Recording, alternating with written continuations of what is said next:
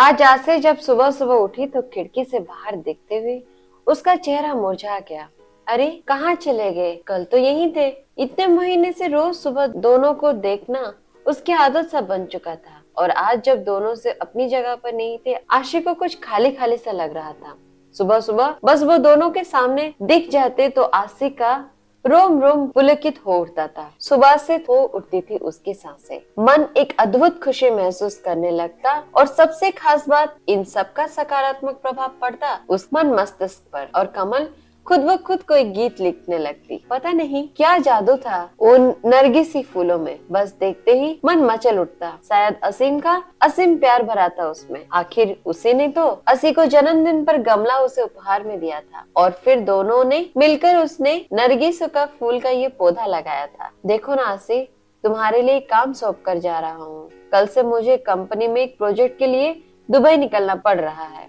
बस 6 महीने की तो बात है, फिर आते ही झट मंगनी पट ब्याह। बस तब तक मेरी यादों को इस पौधों में संजोते रखना। असीम को असी की बातों में उलझाना बड़े अच्छे से आता था। असीम बेशक चला गया था, लेकिन असी हर रोज बड़े अरमानों से उस पौधों को सिंचती रही। असी की खुशी की उस वक्त ठिकाना नहीं था जब वो एक रोज सुबह उठी और उसने पौधों पर दो खिले हुए देखे पीले रंग के दोनों फूल।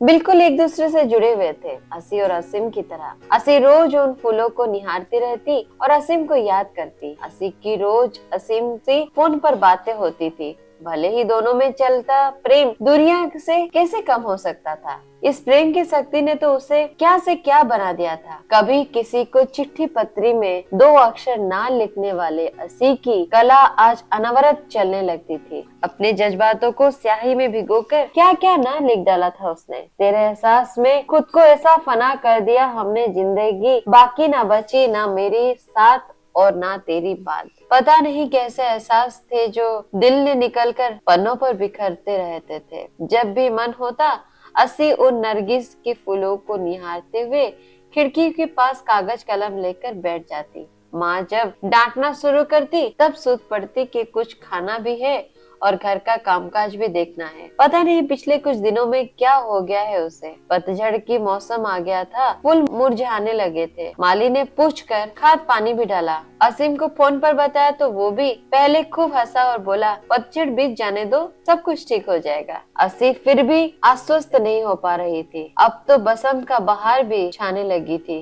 चारों तरफ एक मीठी मीठी बयार बहने लगी थी, लेकिन फिर भी आशी को कुछ सही नहीं लग रहा था। आज भी उन फूलों को देखे बिना बेचैनी बढ़ रही थी। आशी कागज कलम फेंक कर बाहर आ गई थी और गमले में आसपास से चहलकदमी करने लगी। कुछ समझ नहीं आ रहा था कि क्यों हो रहा है। इसी सोच में उसे यह भी ध्यान नहीं रहा कि काफी देर से वो बाहर की घंटी बज रही है। आशी, कहाँ खोई हुई हो? दरवाजे पर कब से घंटी बज रही है, ध्यान कहाँ है?